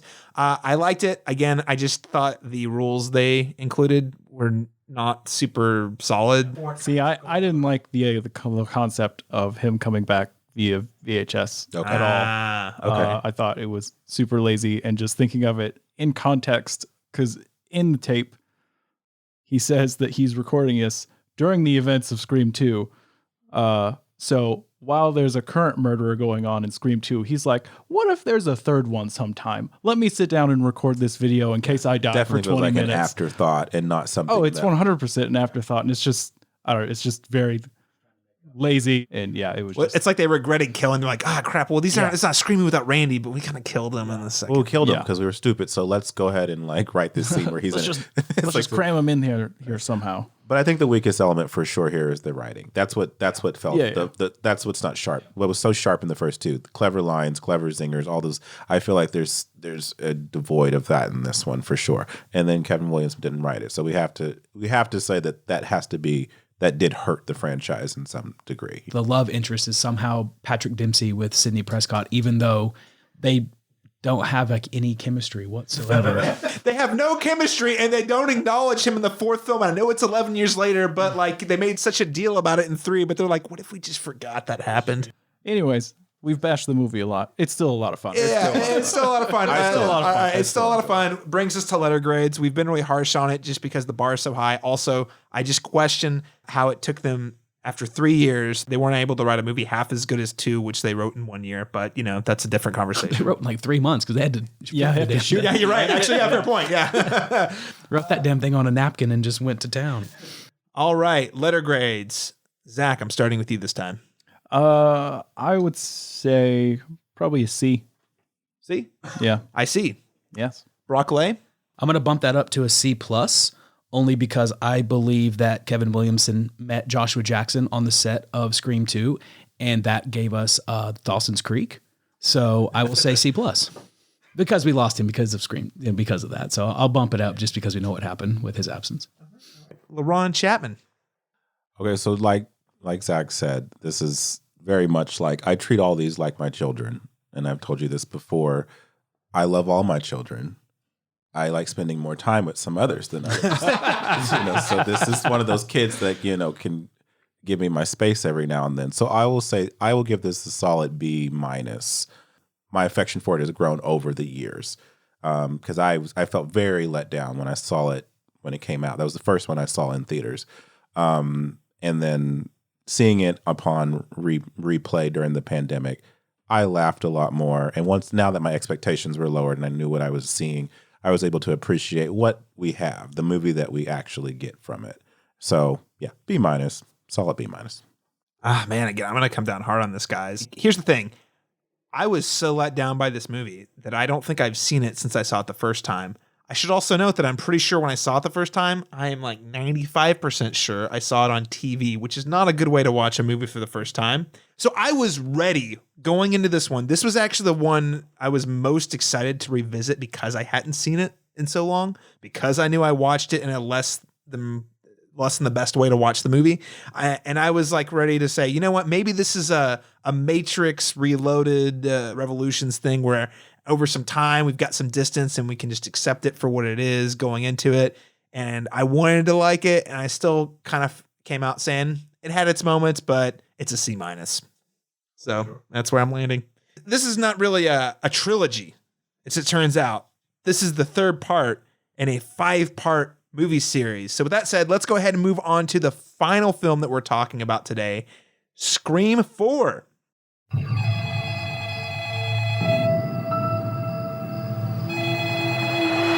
What's your favorite scary movie? Here is my Woodsboro Massacre anniversary question. What is your favorite scary movie? What's your favorite scary movie? One generation's tragedy is the next one's a joke. What is your favorite scary movie, man? I'll show you. This week marks the anniversary of the infamous Woodsboro murders. Local celebrity victim Sydney Prescott chose to return to her hometown.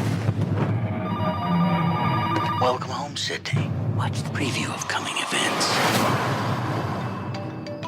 What do you want? Who is this? He's trying to do Ghostface. I'm standing in the closet.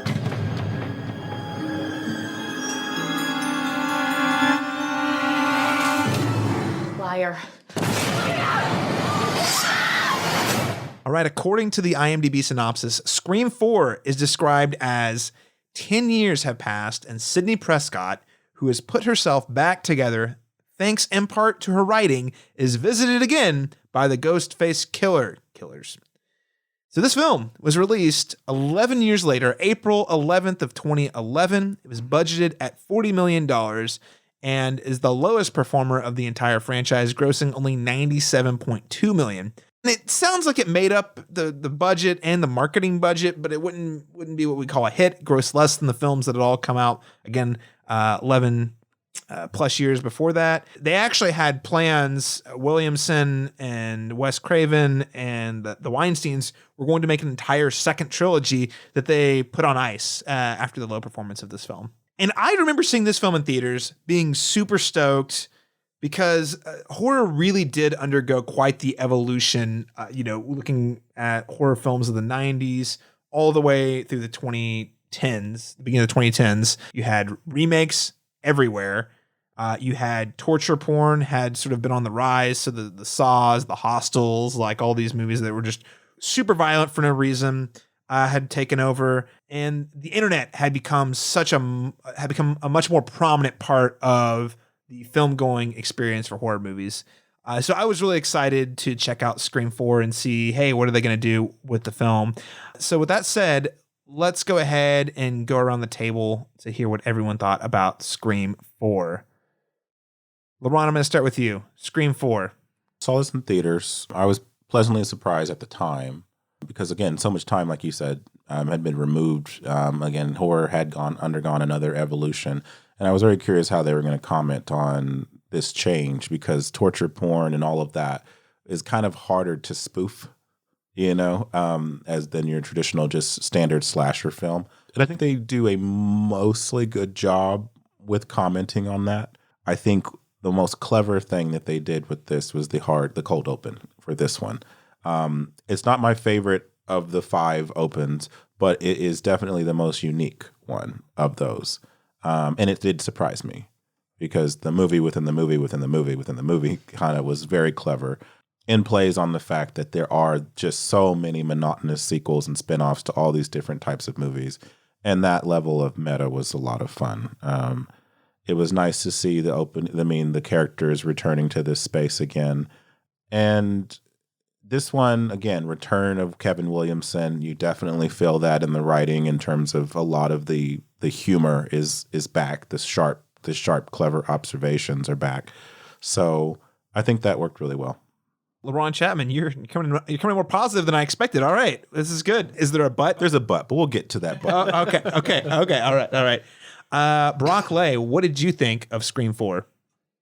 I like Scream 4 way more than I probably should. I feel like this is a really good return after being gone for 10 years. Again, you can kind of tell Kevin Williamson's back. I think the writing, the dialogue is really good. I like the new group of kids that are in it that are kind of in there with Sydney and then kind of the original gang. One of the strongest people in it that really made the film for me is Hayden Panettiere as her character Kirby. I feel like she was somebody that kind of carried the film for like with her character. I feel like she's very charismatic and I feel like she was really strong in like how she kind of portrayed herself. So I don't know. I think that maybe held it up more for me. And then I really enjoyed the reveal and kind of the reasoning behind it. I feel like that was a really strong ending, and that we will get to that. Yeah, I have to echo those sentiments, Brock. Really liked all those details that you mentioned there as well. One of the most violent ones. I think this is the movie that has the most kills. Yes, of the original, the first 4, it's definitely got the highest body count and the most gruesome death. And I mean, I know it's sort of kind of part of the thing, but like the intestines hanging out and everything, it's pretty rough.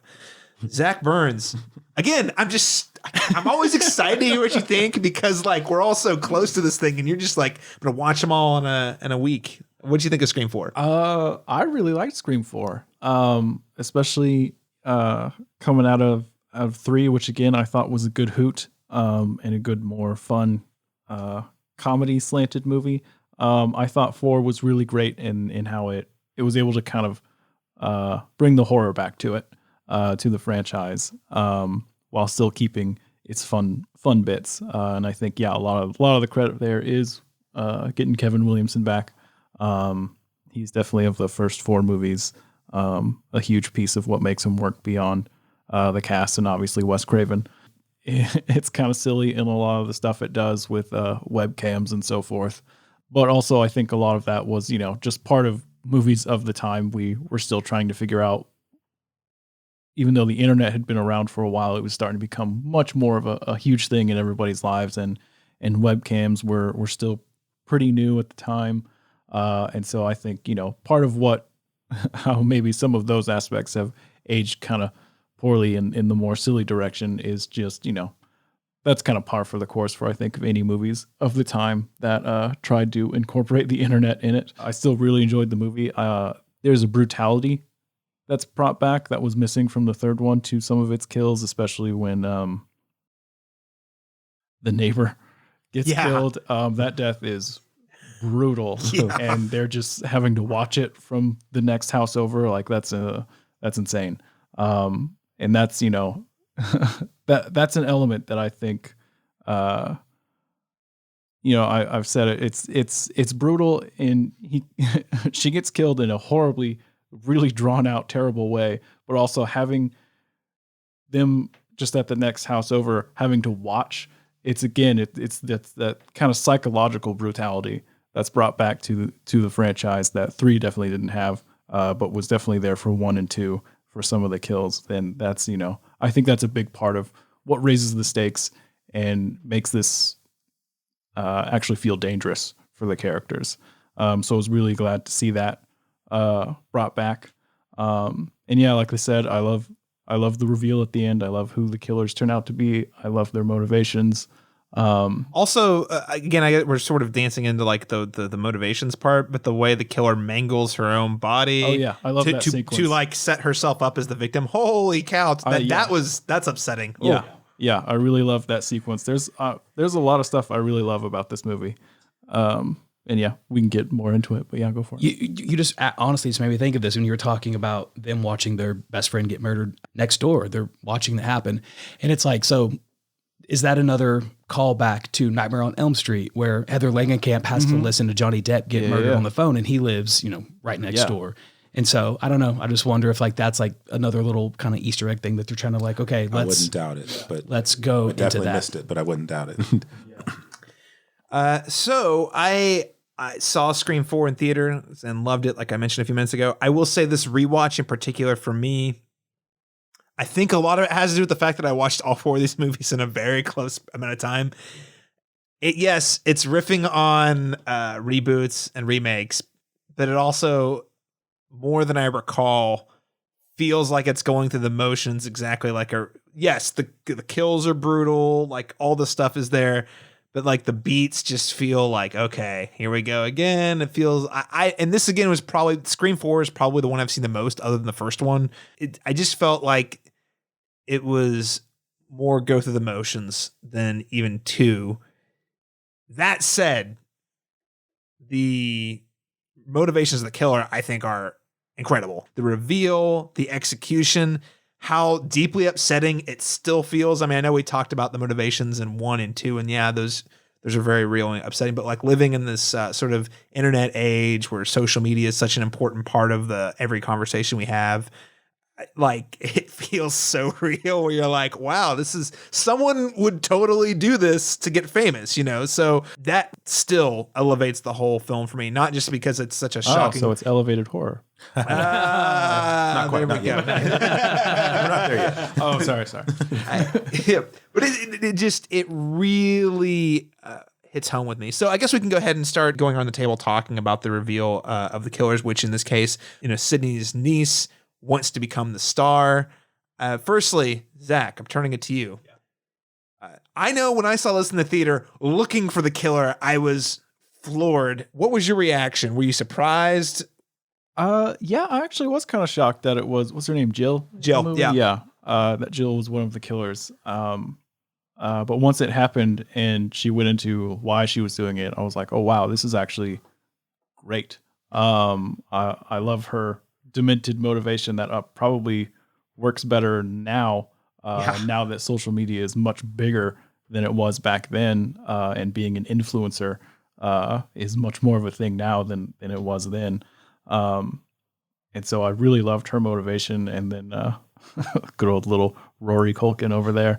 His wasn't as much of a shock just because he's, he's a Culkin. Yeah, exactly. Yeah. His reveal that he was a killer wasn't a huge shock, but I also still loved how they revealed it because they brought back, because he's tied up to the chair outside with Hayden Panettiere having to kind of relive what Drew Barrymore went through in the first one, talking on the phone, trying to answer those quiz questions, which I thought that sequence and that scene was really great. I really loved that. And then, she definitely got that answer right, by the way.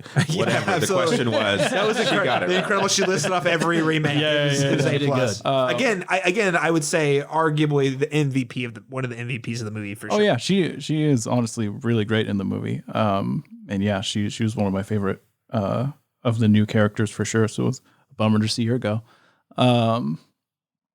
Maybe.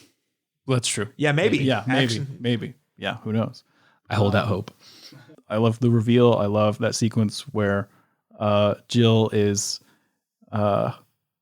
punishing herself in order to make it more believable that she is a victim and not one of the killers herself, where she's throwing her head into the wall, throwing herself into the glass table. Every time I'm watching it, I have to see it one more time. It's really great. And she's so brutal to herself in her lies. But then again, I loved, and of course we knew it was coming, that she was just going to straight up kill Rory Culkin, with her setting up that it was only a wound. But again, I still love that and then because he doesn't see it coming at all. And that's again kind of throwing it back to the first movie with Stu. Yeah, exactly. Which I love that aspect of both in 1 and 4. I like when the killers know that they've been fucked, and have that moment to reflect on it. Like, oh my God, am I dying? They're just so shocked. And I love them having that moment because fuck them, But yeah, I really liked a lot of 4. I liked who the killers were. I liked their motivations and the reveal of them. Yeah, 4 it's a good time. Awesome.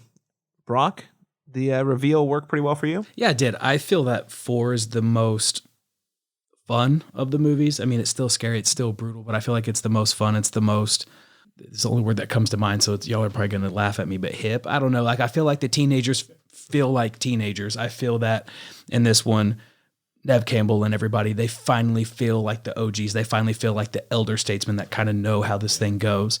The one thing, I like the killers and I like the reveal. I like the motive, but I dislike the stature of the two killers. You have the two daintiest people in the cast, and those are the two most brutal people that are killing everybody. So it's just almost like that part's kind of like physically, like, would that really work?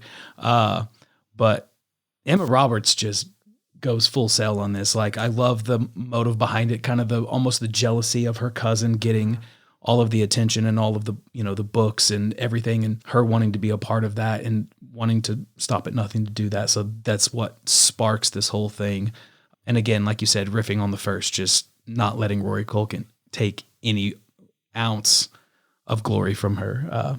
And she would have been maybe one of the first to actually get away with it if she wouldn't have talked about her and Gail having matching wounds to Dewey. Maybe she gets away with going in Nev Campbell's room and offing her and getting back to hers. Who knows? But this could have been the first time someone actually got away. Slipped up somewhere. Yep. And, in a roundabout way, she kind of gets what she wants a little bit, because you notice as they close the film, the reporters are all talking about her. She becomes a martyr, but yeah, in a different for a different reason. Yeah, sure. exactly. LaRon, the reveal, how well did this work for you? So here's the but. No, I echo what everyone says. I do think this is a good time. It didn't play as well for me on second viewing as it did the first time. I think I was just so excited that Kevin Williamson was back that I'd forgotten how disappointed I was with 3 at the first time I saw it. So, but seeing it again, knowing what I was expecting, it did kind of drag for me this time. The pacing of it, from moment to moment. I think the deaths were great. I think the new characters were great, but I do feel like a lot of the tension there's a lot of lulls between them. When it happens and when it's present, it's there. I thought it was completely removed from 3. It's still present in 4, but I feel like it's just so spaced out in between these moments that I did find myself, wanting it to kind of hurry up and get to the point. I think the reveals work for the motivations. I think that Jill does a great job. I think that Emma Roberts does a good job as Jill in that final sequence. I do think that her character everywhere else except for the closing sequence is pretty bland. And that was my issue. But see, that's the point, though. I guess so. See, am I trying to justify the bad acting? Because you don't want you don't want to get to know her too well, because if you do, then she's she's either suspect or not. I don't know. That's fair. I think intermittently, just throughout the whole film, I was just thinking, like, I don't care about this character at all. And then when it reveals, I was like, I wouldn't have expected her to be the person, because I wasn't paying any attention to her. But that I do think that she goes ham in that last sequence, like all the actors do in the reveal, and she does a great job there. So then I was able to buy into it. I think I like the motivation more than I like her character arc, but I do like, I did at least appreciate that. I do want to give a shout out to Judy Hicks. I feel like Marley Shelton is great as the she's a lot of fun. She's a lot of fun. The lemon squares, even if they taste like gas, it's wear the vest, save your chest. I just love how corny she is. I also love that they have that scene again. Talk about going back to the basics with the red herrings, where she's like creepily standing in the corner. She's like, "Hi, Sydney, do you remember me from drama class?" Yeah. She's like right in the shadows. It's really definitely good. Just so fun. And I do think that one of my favorite lines in the whole franchise is this one when Sydney ultimately kills Jill. And she's like, you forgot one rule about the original. I mean, whatever, you don't fuck with the original, so I thought that was about reboots. You don't fuck with the original. I thought that was great. And that got a large cheer in the theater, I remember. So that still hits. But mostly, I think this is a pretty good time. Yeah. I think the only thing I'd add there regarding the reveal is you kind of expect the movie to kind of, again, going through the motions. We know how the first film works. You meet the characters, you learn the rules. There's always a party. I like that this doesn't end at the party. They have like this entire sort of, I wouldn't say it's a full act, but there's a pretty, 10-ish minutes of the movie that takes place after you're like, oh, wait, like we're past where the first movie ended. It's like an uncharted territory. And on top of that, it feels like the killer's getting away. So you have this really exciting sequence that feels like it's unlike from any of the other films. But hey, listen, guys, we live in a world where this was true in 2011. It's more true today. It's harder than ever to get noticed on the internet, to become one of these said influencers, because there's just so much stuff on the internet. There's so much content. There's so many people, so many voices. Lots of pressure. Definitely should kill somebody. Lots of pressure. that even if you kill someone, that's the thing. Her point is, I can't just kill someone. It has to be like a crazy screwed up thing that happens that makes headlines for even a day for her to like have a chance at this thing. That's just wild. And I feel like it feels very real. All right, let's go ahead. We surprising no one. We went long, so let's wrap up our conversation regarding Scream 4 with letter grades. Brock, I'll start with you with this round. Keep it short and sweet. I'll go A-. A-? All right, Zach. I'll do what I did for 2 and say a B. All right, B, very solid. LaRon? This also gets a B for me. All right. I'll be a little higher on this one. I'll go B+. B+, very, very solid. Doesn't hold up as well as I remember, but it's still all around great film with a tremendous ending. There you have it, ladies and gentlemen, our thoughts on Scream 1, 2, 3, and 4. We have one very important thing we have to do today before we put a pin in it, and that is rank the films. And LaRon, I'm gonna have to hand it to you first. You're the birthday person at the table. You specifically said we got to rank so them. You punish me. Okay. No pressure. No. But how would you rank these films? Again, we're not including Scream 5, which we'll get to in our review next week. So I always do this on 2 wavelengths. I have a preferential ranking and then a quality ranking. So my preferential ranking is 2, 1, 3, 4. Now my quality ranking in terms of what I actually think is actually, if I'm looking at it from a technical level as a filmmaker and like what elements work the best. 1, 2, 4, 3. So, all right. 1, 2, 4, 3. I like that you break it up. I appreciate you for saying there's my preference and there's the actual quality. That's totally redeemed fair. Yourself. Thank you so much. I was uninviting myself from your next birthday after the first ranking. Brock Lay, how would you rank the Scream films 1 through 4? All around 1, 4, 2, and 3 last. All right. Zach? I will go 1, and then I think 2 and 4 are probably about the same, maybe kind of a tie with each other, and then 3. Cheated. Yep. Cheated.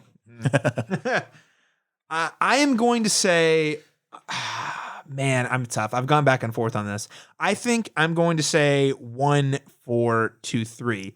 Here's the thing. In terms of quality, 2 and 4 are so close. Just the things that I really... the thing I like about 4 makes it like... It just takes it up such a level where I'll probably rewatch 4 more frequently than 2, which is where I came down on. But I think they're all great films. Even the third one, I think I'll end up rewatching it. But yeah, I think it goes 1, 4, 2, 3 for me as well. I mean, I think that's what's most crazy coming into this, at least for me, having not seen any Scream movies until about a week ago, is as many movies as in this franchise, they're all darn good. Like, there's not an outright bad movie in this entire franchise, and how many other franchises can say that? Especially in the horror genre. Especially in horror, It's definitely the most consistent. Yeah. Most consistent of the horror franchise, I feel like, yeah, for sure. Yeah.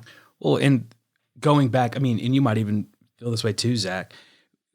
I watched all of them, within a week to get, in preparation for this. And it's fun being in it. Like, you feel like you're in this group because you're with them. I was with them like every day going through all of this stuff, and you really kind of get those attachments to it. And each one just deepens that connection. And even the third one, even though it's not that good, you still have like those little moments where Sydney does something, or Dewey, and you like just get attached to them that much more, because that's just, a testament to like strong characters that were established in the first one. So it's just really fun kind of having that sprawled out across 25 years, having, all of these movies to kind of like delve into and kind of immerse yourself in that world. It's kind of fun. Yeah, I mean, just to put a pin in it, Brock, I think you hit on something really important there that we ran out of time to talk about. But one of the really big highlights of 3, and I would say even 4 by extension, is the Dewey-Gale relationship, which is a highlight throughout. But especially in 3 and 4, it takes some more interesting turns. Every film you check back in, you feel rewarded because they're not in the same place they were where we left them before. Even though they're the same characters, they have evolved and moved on, and we'll see that again in Scream 5. So again, I think that just speaks to the level of quality because there's never a film where you're like, so-and-so would never act this way or say that or do that. The characterization remains strong. So great ending note. All right, ladies and gentlemen, thanks so much for tuning in to this special retrospective of Scream 1 through 4. To hear where we fall on Scream 2022, also known as Scream 5, also known as 5 Cream, as Brock put it earlier, you'll have to tune into next week's episode. And to ensure you're one of the first people to hear that once it hits the internet airwaves is to subscribe to the podcast on your preferred podcast app. Specifically Spotify or Apple Podcasts are great places to find us, or right on over at thecinemetropolis.com. Let's go around the table. Where can listeners keep up with you and your thoughts and movie opinions on the internet or any of your work? LaRon, we'll start with you. They can follow me on my name, LaRon Chapman, on Facebook, or they can follow me on Instagram at Black Movie Magic OKC. All right. LaRon, thanks so much for joining us today. Zachary Burns, where can people find you online? They can find me on Twitter or Instagram at Left Eye Burns. All right. Wonderful. Lots of left eyes burning over there. Check him out. Zachary Burns, thanks so much for joining us today. And thank you for being our fresh set of eyes Guinea on pig, this yes. And franchise. this was great because it forced me to finally sit down and watch these movies, and they're like so good, you guys. So thank you for making me do this. Oh, and fantastic. thank you, special shout out to LaRon, who, when I told several months ago that when he was talking about how excited he was for the new Scream movie, and I mentioned, just as a fun fact about myself, that I hadn't seen any of them, he just looked at me and was like, really? And then the next We're going to change that. Yeah, and then the next time I saw him, he handed me all 4 movies on DVD. So True friend status. Yeah. True friend status. Thank you, sir. Appreciate it. Yeah. Brock Lay, where can people keep up with you and your work online? They can follow me on Instagram at brockness_monster. Awesome. Brock, it's been a pleasure. Thanks for joining us today. Thank you so much. And again, just to echo Zach, LaRon, thanks so much for your enthusiasm for this series, for bringing Zach to the table. All credit goes to you. I who have also known Zach for several years, had no clue that he hadn't seen any of the movies until you told me. Well kept secret. I guarded it close to the chest. So thanks so much for saying, hey, what if we did a retrospective episode? I think it was a great idea, and this has been a fun conversation. And listeners, thank you so much for joining us for this extended episode. Again, don't miss our full in-depth review of Scream 5. Catch you again next time.